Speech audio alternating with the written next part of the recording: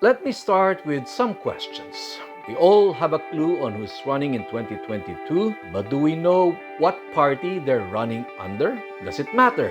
Do people even care? Bakit kasi napakadali para sa ating mga politiko ang palipat-lipat lang ng partido?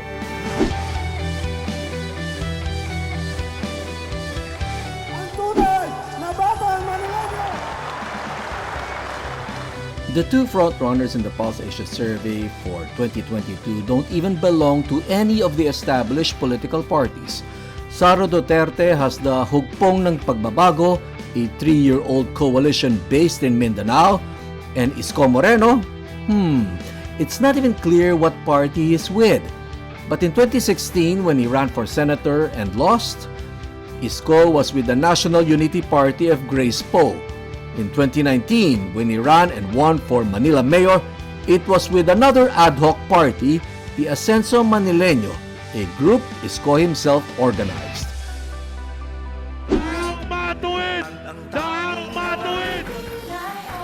Instant political parties are not new. They sprout like mushrooms during elections. When FVR lost the party nomination of the Laban ng Demokratikong Pilipino or LDP to Speaker Ramon Mitra, he bolted and formed the Lakas Party. Erap ran for senator as a nationalista, then switched to the Liberal Party. When he ran for president, he formed his own party, the Laban ng Makabayang Masang Pilipino. And when he became president, he changed the name to Puwersa ng Masang Pilipino. Gloria Arroyo won senator under the LDP. She tried to run for president and formed Kampi, but she abandoned it and jumped to the Lakas Party, settling instead for the vice presidency. Jejomar Binay, a PDP Laban original, ran for president in 2016 under his own United Nationalist Alliance or UNA. Nakakahilo, di ba? Well, one picture shows you the ever-changing political colors of our politicians. So, before there was this, it was like this. Alaman mo naman dito sa bansa natin ay mag-change ka ng political color. Ako nga hindi ko na nasusundan kung anong kanilang political group. The irony is, if there ever was an original Dilawan party, it's the PDP Laban.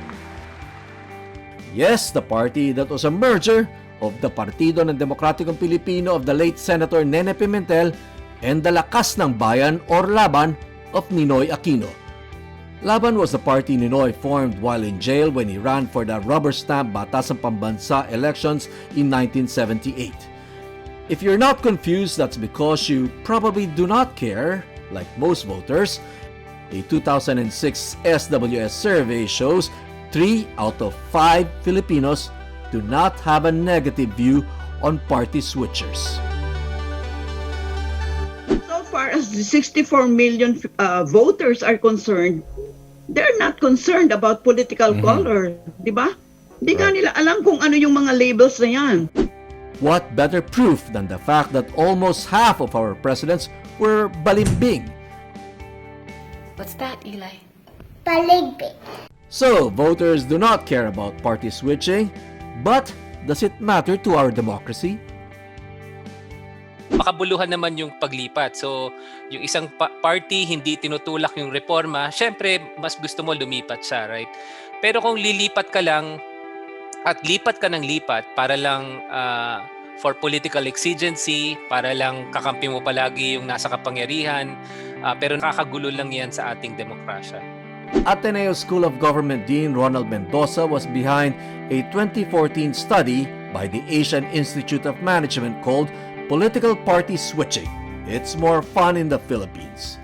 According to the study, excessive party switching in the Philippines has weakened accountability among elected officials and has become detrimental to policy advocacies. Yung communication on reforms, hindi pa rin yan talaga yung nakakapag-convince sa maraming ating mga kababayan para bumoto para sa isang politician. Kasi hindi naman tayo bumoboto sa partido bumoboto tayo sa tao. So I think yan yung mga challenges na sana over time continuous yung ating education ng ating mga voters. To understand why the Balimbing is so prevalent in our politics, we need to go back to when it all began, to the very beginning of our republic, when Filipinos were taking baby steps toward democracy. In the beginning, there were two parties, the Federalistas under Pedro Paterno and Trinidad Pardo de Tavera, who wanted the Philippines to become a state in the United States, and the Nacionalistas, who wanted independence. Federalista Party, I think, misread the wants of the people. Because when they were pushing for, when they were pushing for friends with the Americans, so even to the point of being a state of the United States, akala nila okay sa mga tao. It was okay for the elite.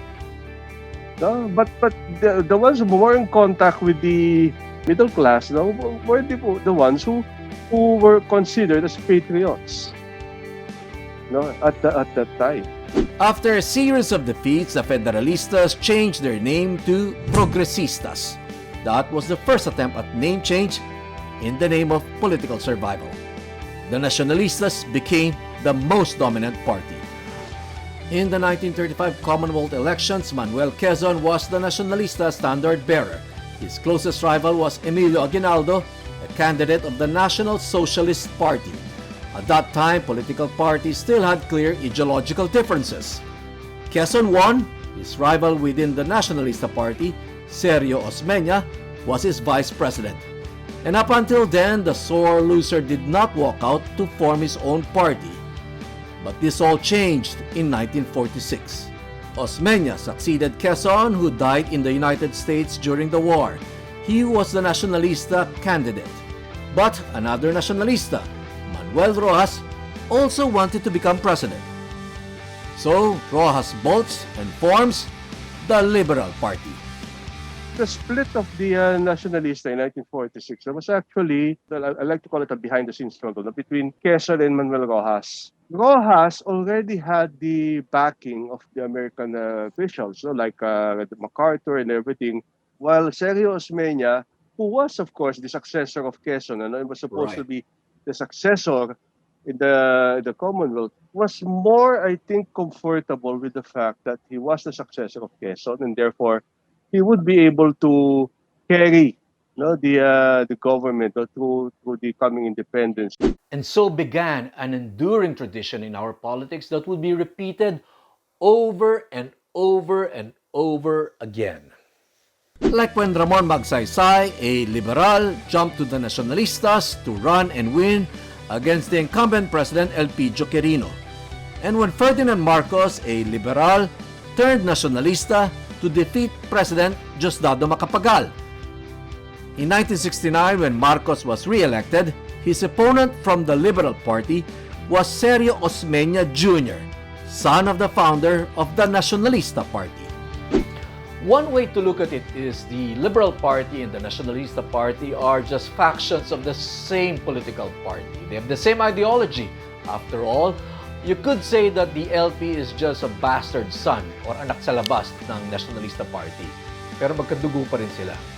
Even the kilusang bagong lipunan of Marcos was made up of former liberals and nationalistas. When Marcos was ousted in 1986, many KBL politicians simply joined Cory Aquino's Laban ng Demokratikong Pilipino. There is at least one party that has a totally different ideology, and it's called the Communist Party of the Philippines. But the CPP does not seem interested in elections, at least not in the way we think. Meanwhile, all other political parties that surfaced since 1986 seem to share a common ideology, the ideology of liberal democracy, the belief in free markets and in free elections. So when a politician switches to another party, he's not exactly betraying his political belief. He's not changing his political color. He's simply turning his back on the leader of a party.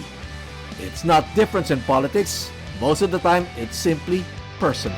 All over the world, unless you have extreme political groups, wala na talagang ideology ng dati, socialism and democracy. Wala nang choice ngayon. Now, it's just the finer points of governance ang pagkakaiba ng parties.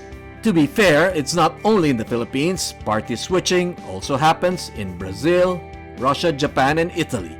although we are clearly the best at it. That all or most of our political parties belong to the same politics anyway explains why it's so easy for our politicians to move. But it doesn't explain why they do. Because if the politics is the same anyway, bakit ka palilipat? Dean Mendoza says there are two kinds of balimbing. The first is the risk taker. Yung issue nga dyan ay kakampi mo na kagad yung potentially next president habang tumatakbo pa lang siya. So may potential reward yan kasi hindi ka sumama lang ng pagkapanalo na eh. So yung merong exactly tumaya ka. Second is the segurista, who switches sides only after the elections when there is already a clear winner.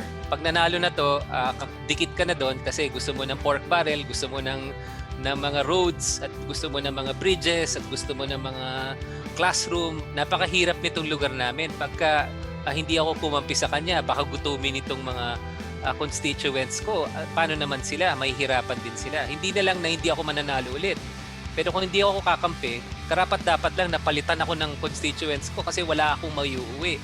The 2014 AIM study links party switching to political dynasties. From 2004 to 2013, the share of dynasties among party switchers went up nearly 4 times, from 22% to 80%.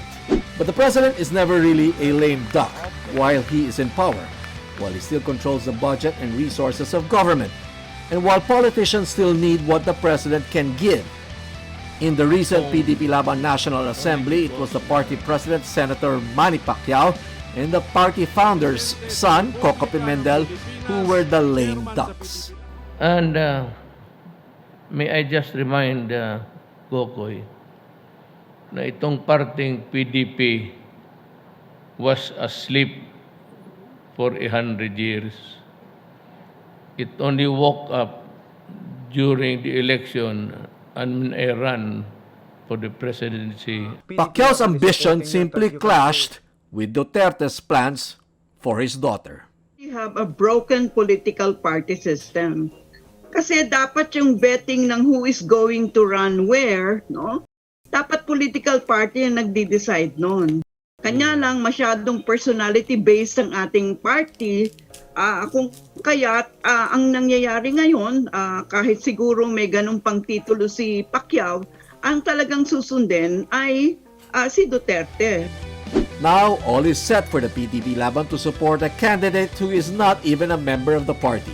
Maraming salamat po sa inyong suporta, tiwala at kumpiyansa. Sara Duterte, the president's daughter, will have to win in 2022 if PDP Laban wants to remain the party in power. Kabilang ninyo sa pagmamahal sa ating bansa. Because if she loses, those who now support her will simply jump to the winning side, while the PDP Laban can probably go back to being the father and son party that it was. Sabi nga ni Secretary Harry Roque, magkakasya sila uli sa isang jeep.